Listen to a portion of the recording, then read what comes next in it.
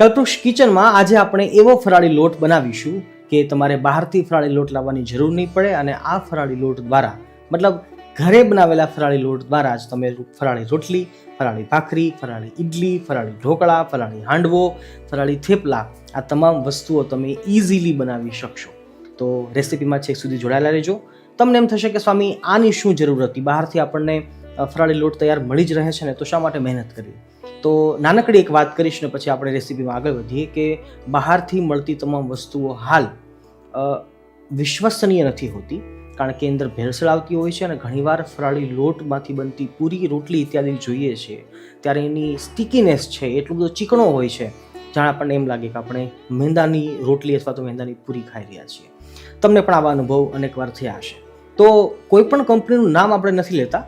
ફરાળી લોટ વેચનારી કોઈ પણ કંપનીઓ જ્યાં સુધી આપણે જાતે એ વાતને પ્રૂવ ના કરી હોય કે આની અંદર ભેળસેળ છે ત્યાં સુધી આપણે કોઈને નામ ન દઈ શકીએ. પરંતુ જ્યારે આપણે સ્ટ્રક્ચર જોઈએ છીએ એનું ત્યારે આપણને શંકા તો જાય છે. તો હવે શંકાનું સમાધાન કરીને આપણે જાતે જ ઘરે જ ફરાળી લોટ બનાવી લઈએ તો આપણા વ્રત, આપણા ઉપવાસ એ આપણે સાચવી શકીએ. આપણે બીજા બધાની ચિંતા કરવા કરતાં આપણે આપણા ઘરની ચિંતા કરીએ અને આપણે ફરાળી લોટ આપણા ઘરે જ બનાવીએ. તો રેસીપીમાં છેક સુધી જોડાયેલા રહેજો. કલ્પવૃક્ષ પરિવારને ભાવથી જય સ્વામિનારાયણ, જય શ્રી કૃષ્ણ, જય સિયારામ, હર હર મહાદેવ, રાધે રાધે.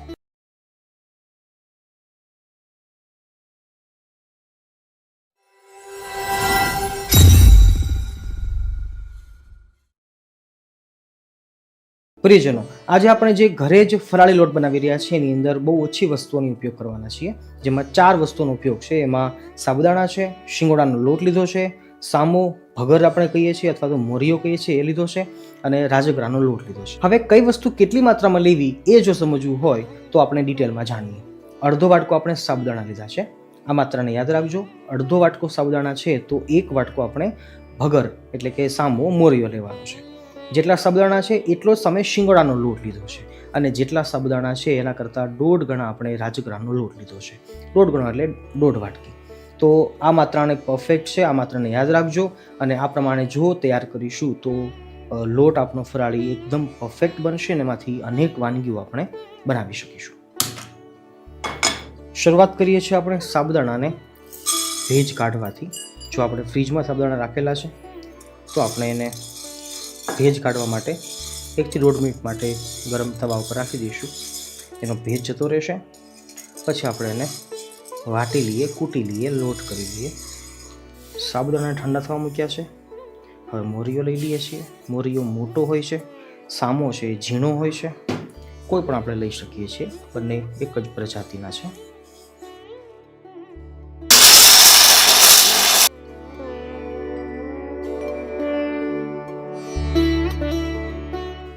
સાબુદાણાને પીસાતા જનરલી વાર લાગતી હોય છે, તો ઝીણો જે લોટ થયો છે એને બાદ કરીએ, ફરીવાર પાછાને દળી લઈએ. अब बारी है मोरिया की. इसे भी बारीक आटा बांध लेंगे. સૌથી ઝીણામાં ઝીણી જે ચાયણી હોય ને એનાથી જ આ ફરાળી લોટને આપણે ચાળવાનો છે. અમારી પાસે આ ઘઉંનો લોટ ચાળવાની પણ છે, પણ અમે આ પ્લાસ્ટિકવાળી લીધી કારણ કે આ સૌથી ઝીણી છે એટલા માટે. ઝીણું જો છાણીશું ને તો એ આગળ આપણને રોટલી કે ભાખરી બનાવતી વખતે બહુ નડશે નહીં. સૌપ્રથમ આપણે આપણો મોરિયાનો લોટ નાખીએ છીએ બાઉલમાં. કયો લોટ કેટલી માત્રામાં લેવાનો છે આપણે વાત આગળ કરી છે. ઘણા લોકો કોમેન્ટમાં કહેતા હોય છે કે સ્વામી વિડીયો બહુ લાંબા થાય છે, તો ટૂંકા બનાવતા હોય તો એવા લોકોને માટે આન્સર એ છે કે અમુક મહત્ત્વની વાત હોય ને એને સમજવા માટે થોડોક ટાઈમ આપવો પડે. ભાગીમાં સમજીએ ને પછી બનાવવા ટાણે ભગું થાય એના કરતાં શાંતિથી સમજીએ તો કોઈ પણ વસ્તુ પરફેક્ટ બને. તો હાલ આપણે મોરિયાનો અને સાબુદાણાનો એનો લોટ એને મિક્સ કર્યા બાદ હવે નાખીએ છીએ શિંગોડાનો લોટ, અડધી વાટકી. શિંગોડાનો લોટ છે સહેલાઈથી આપણને દળેલો જ અને એકદમ બારીક હોય ને એવો જ આપણને બજારમાંથી મળી રહેશે. અને હવે 1.5 વાટકી આપણે રાજગરાનો લોટ લઈએ છીએ. સારી રીતે મિક્સ કરી દઈએ. તમે ચાહો તો હજી આને એકવાર છાની શકો છો, મતલબ ચાળી શકો છો. ચાલો આપણે ચાળી લઈએ આને. નીચે જે પડી રહ્યો છે એ ફરાળી મલ્ટીપર્પઝ આટા તૈયાર છે. હવે આ આટામાંથી કોઈ પણ વસ્તુ બનાવી શકાય છે. તમે જે ચાહો એ બનાવી શકો છો, કારણ કે આમાં દરેક વસ્તુઓ માપ સાઇઝ સાથે પરફેક્ટ રીતે આપણે નાખી છે. અને બીજી એક હજી મહત્ત્વની વાત છે, પણ હવે આપણે આગળ સમજીએ છીએ. પછી આપણે આ આટામાંથી સરસ મજાની ફરાળી ભાખરી બનાવવાની ટ્રાય કરીએ. આપણે ફરાળી લોટને બનાવતા શીખ્યા, પણ એક મહત્ત્વની વાતને સમજવી જરૂરી છે. આજના ફરાળી લોટની અંદર આપણે 4 વસ્તુઓનો ઉપયોગ કર્યો છે, જેમાં મોરીઓ, સાબુદાણા, શિંગોડાનો લોટ અને સાથે રાજગરાનો લોટ. આ 4 વાનાથી 4 વસ્તુઓથી પરફેક્ટ ફરાળી લોટ બને છે. પણ ઘણા લોકો ફરાળી લોટની અંદર આ કોર્ન સ્ટાર્ચ જેવો, એટલે કે બટેટાનો સ્ટાર્ચ, જેને ઘણા લોકો આરા રૂટ પણ કહેતા હોય છે, પણ ઘણીવાર કરિયાણાની દુકાનવાળા આપણને આરા રૂટ માંગો તો આપણને કોર્ન સ્ટાર્ચ જ આપી દેતા હોય છે. એટલે આ થોડુંક શંકાનો વિષય છે કે એક બંનેનું સ્ટ્રક્ચર એકદમ સરખું જ હોય છે, કારણ કે બંને સ્ટાર્ચ જ છે. એકદમ ફાઇન હોય છે, એકદમ લીસું હોય છે અને એકદમ સફેદ હોય છે, જે જોતા આમ લાગે કે આ મેંદો છે એમ જેવું લાગે. પણ હકીકતમાં જોઈએ તો જો આપણને બટેટાનો સ્ટાર્ચ મળે તો જ આપણે એ નાખી શકાય, ને પણ બહુ ઓછો, મતલબ અડધી વાટકીથી પણ ઓછો, 3 ચમચીની આસપાસમાં તો ચાલે છે, ન હોય તો પણ ચાલે છે. નંબર 2, જો આપણી પાસે બટેટાનો સ્ટાર્ચ નથી, આરારૂટ નથી, તો એની જગ્યા પર આપણે કુટ્ટુનો લોટ પણ નાખી શકીએ છીએ. આ કુટ્ટુનો લોટ છે થોડોક આપણા માટે નવો છે, કારણ કે કદાચ આફ્રિકા બાજુ બને છે અને ત્યાંથી એ વસ્તુ આવે છે અને એ અહીંયા ફાઇન થતી હોય છે. તો કુટ્ટુનો લોટ જો નાખીએ એ પણ આપણે અડધી વાટકી જેટલો આપણે સાબુદાણા લીધા છે એટલો લોટ તો ચાલે છે. તો પરફેક્ટ સ્ટ્રક્ચર બને છે અને બેસ્ટ રિઝલ્ટ એ ફરાળી લોટનું આવતું હોય છે, કારણ કે કુટ્ટુનો લોટ છે થોડોક ચિકાશવાળો હોય છે. અને ફરાળી લોટની અંદર સૌથી વધારે તકલીફ એ હોય છે કે આપણે એની અંદર ચિકાશ પેદા નથી કરી શકતા. પણ ચિંતાનો વિષય નથી. આપણે જે હાલ બનાવ્યો છે એ પ્રમાણે જો તમે તમામ વસ્તુઓ માત્રામાં લેશો અને એકદમ બારીક દળશો, જો એકદમ બારીક ફાઇન લોટ થઈ જશે તો ચોક્કસ એ તમામ વસ્તુઓમાં ઉપયોગી સાબિત થશે. અને નંબર 2, જ્યારે પણ ફરાળી વાનગી કોઈ પણ બનાવીએ આ લોટમાંથી, ત્યારે ગરમ પાણીનો જ ઉપયોગ કરવો, જેનાથી ચિકાશ બનશે અને કોઈ પણ વસ્તુ છે પરફેક્ટ બનશે. આવો આપણે ફરાળી લોટમાંથી ફરાળી ભાખરી આજે આપણે બનાવી લઈએ.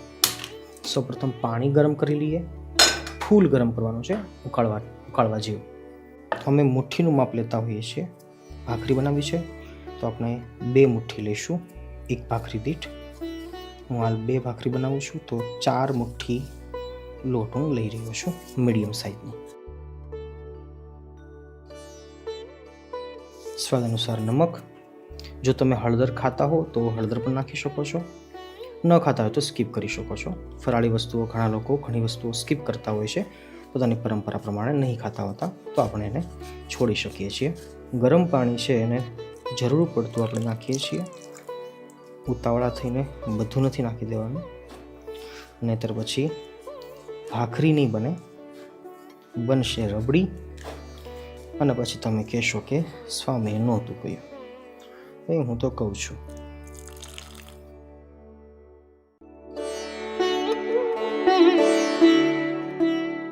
જુઓ, આપણો લોટ તૈયાર છે. મીડિયમ ઢીલો રાખવાનો, એટલે ભાંગી ન જાય, ફાટી ન જાય.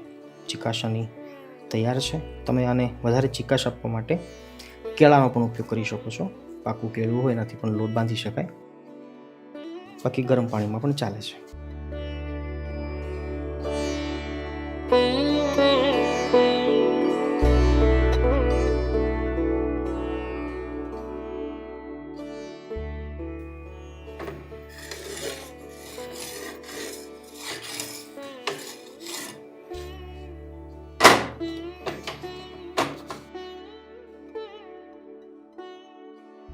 ભક્તો, જો આ તિરાડ જે દેખાય છે ને, તિરાડનું કારણ એ છે કે આપણે લોટને વધારે મસળ્યો નહોતો.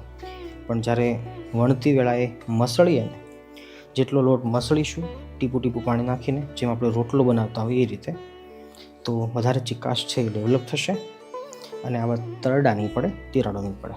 જો કે બહેનોને આ વાતની ખબર જ હોય છે, છતાં પણ મને એમ લાગ્યું કે કહેવું જોઈએ એટલે મેં કહ્યું. અને મેં થોડુંક ઝડપથી મસળા વગર તે રોટલી ભાખરી બનાવી દીધેલી.